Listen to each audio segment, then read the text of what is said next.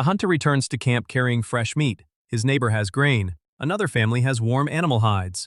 Everyone has something, and everyone needs something. There's just one problem. The person with the grain doesn't want meat. They need new tools.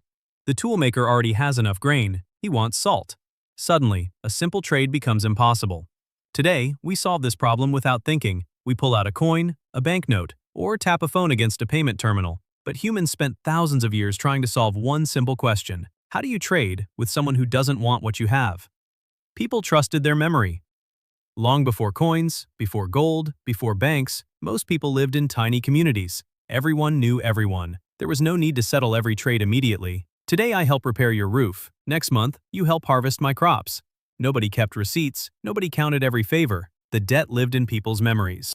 Anthropologists believe this was how many early societies functioned.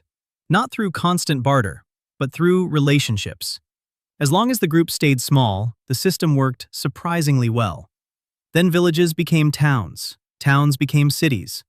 One day, you were surrounded by strangers. And strangers don't remember what you did for them last spring. Memory had reached its limit. People needed something that everyone could recognize, even if they had never met before. There was no meeting where humanity invented money. Every civilization came up with its own solution. In China, people used bronze knives and spades.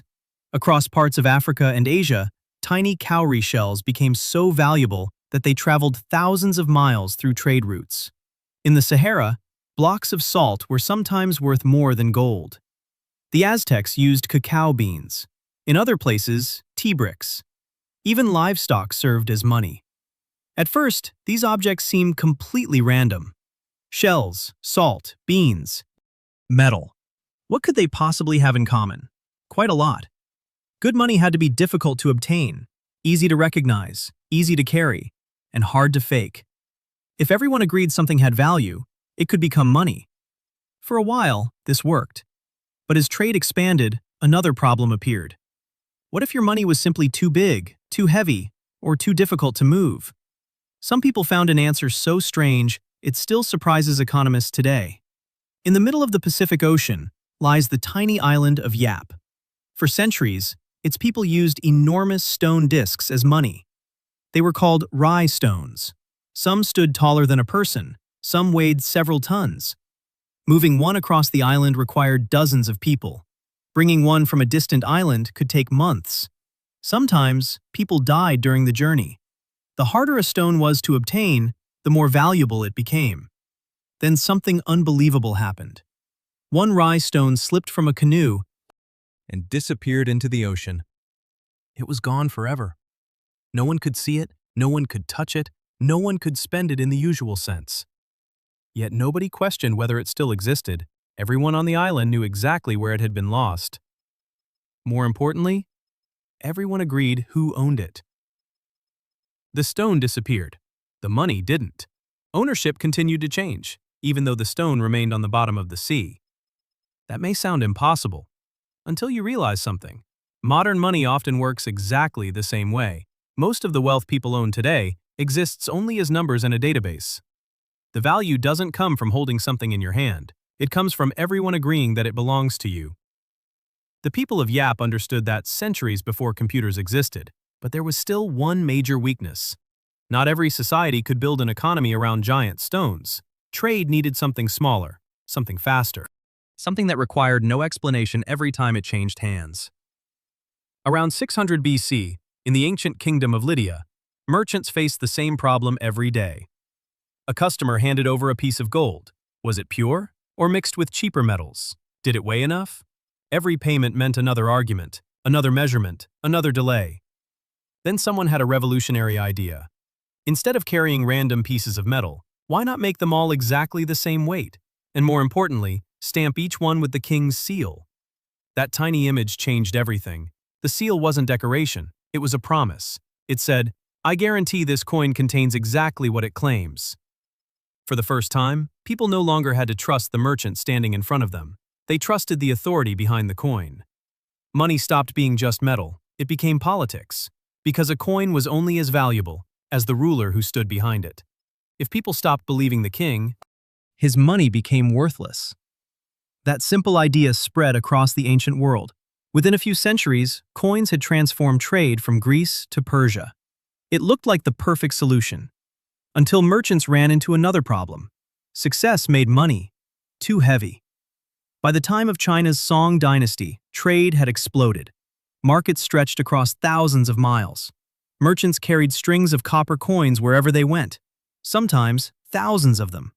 A large payment could weigh more than the person carrying it. Travel became dangerous, not because of the money's value, but because of its weight. So merchants came up with a clever solution. Instead of carrying the coins, they left them with a trusted merchant or money house. In return, they received a simple piece of paper, a receipt. At first, that paper meant only one thing: the real money is waiting for you. Then something unexpected happened. People stopped collecting the coins. Instead, they began trading the receipts themselves. The paper traveled. The metal stayed where it was. For the first time in history, money had become something almost invisible. Its value no longer came from what it was made of. It came from a promise that someone, somewhere, would exchange it for something real. It was one of the biggest leaps in financial history. And strangely enough, it's almost exactly how money works today. Open your banking app. Look at your balance. Now ask yourself one simple question. Where is that money? Not your wallet, not your credit card, the actual money. You can't point to it, because for most people, it doesn't physically exist. When your salary arrives, no truck delivers stacks of cash to your bank. No vault suddenly fills with new banknotes. A computer changes a number. That's it. The world's economy now runs on records, on databases, on digital promises, which sounds surprisingly familiar.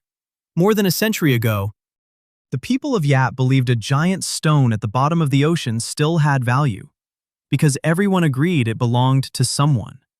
Today, your bank balance works almost exactly the same way. You don't own a stone. You don't even own a pile of paper. You own a record. The technology changed. The idea didn't. Most people think the history of money is the history of objects. Shells, salt, gold, coins, paper. But that's only what money looked like. The real invention was something much harder to see. Every stage in the story removed another physical layer. First, people trusted memory, then objects, then a king's seal, then a piece of paper. Today, we trust numbers stored on servers thousands of miles away. The more money evolved, the less material it became. Money was never really about gold, or silver, or paper. It was about creating a system that allowed complete strangers to trust one another. The next time you pay for a coffee, take a second to think about what's really happening. Nothing physical may change hands at all, just a few numbers moving from one computer to another.